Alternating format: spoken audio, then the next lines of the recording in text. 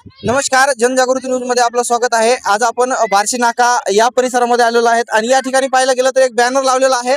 या बॅनरवरती समाजसेवक जावेद भाई कुरेशी यांचा फोटो आहे आणि त्या फोटोचा या फोटोवरती दूध टाकताना काही कार्यकर्ते दिसत आहेत। या ठिकाणी काही सामान्य नागरिक देखील या ठिकाणी आहेत। हे दूध कशामुळे टाकले जाते हे आपण ते स्वतः आपल्या सोबत आहेत ते विचारू त्यांना।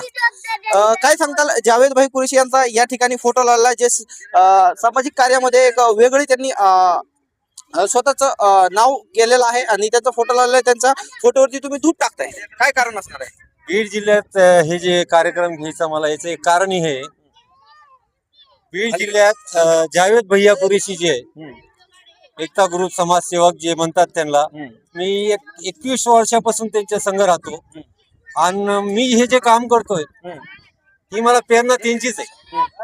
आणि मला असं वाटलं की मला ह्या कामाचं जे होतं कौतुक करायला पाहिजे।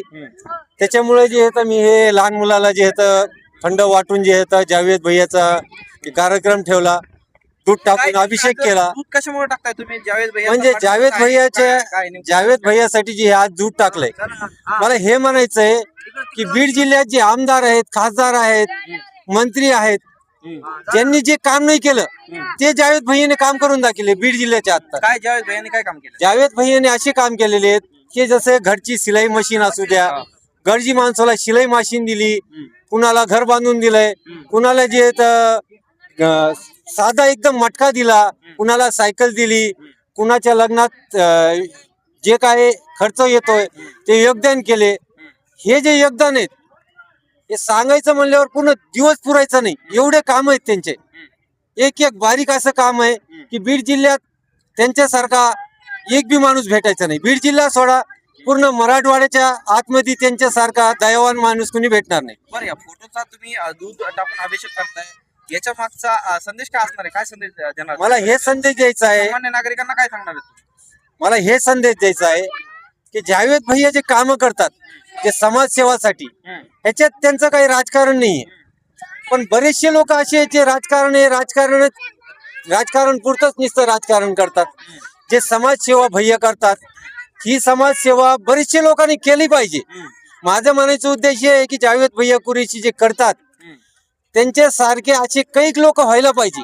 पण जावेद भैयाला जे मन दिलेलं आहे मोठं, त्याच्यामुळे हे मी त्यांचा कार्यक्रम ठेवला आणि दुधाने त्यांचा अभिषेक केला। माझ्या मनाला बरं वाटलंय, त्याच्यामुळे हे काम मी केलंय। आणि तुम्ही या ठिकाणी पाहायला गेलं छोटे छोटे एक मुलं देखील या ठिकाणी आहेत, त्या मुलांना तुम्ही शरबत वाटण्याचं देखील काम केलेलं आहे। ही जी वस्ती आहे, ही जी वस्ती एकदम गरीब वस्ती आहे, इकडं झोपडपट्टी आहे। कुठला एरिया आहे? हे तेलगाव नाका, पापणेश्वर मंदिर आणि इकडचा जो पूर्ण एरिया आहे, म्हणजे एवढी गरिबी आहे। आणि इथं एक प्रॉब्लेम बी आहे, सगळ्यात मोठा प्रॉब्लेम हे आहे की इथं 20 वर्षापासून या लोकांना नळची लाईन नाही, इथं कोणत्याच साईडला पाणी नाही। यांना पाणी आणायसाठी कमीत कमी 1 किलोमीटर तिकडे जावं लागत आहे। यांची पाण्याची बी तकलीफ आहे, ही तकलीफ जी आहे तो उन्हामुळे मला जाणवली, त्याच्यामुळे हे थंडाचा कार्यक्रम मी इथं ठेवला।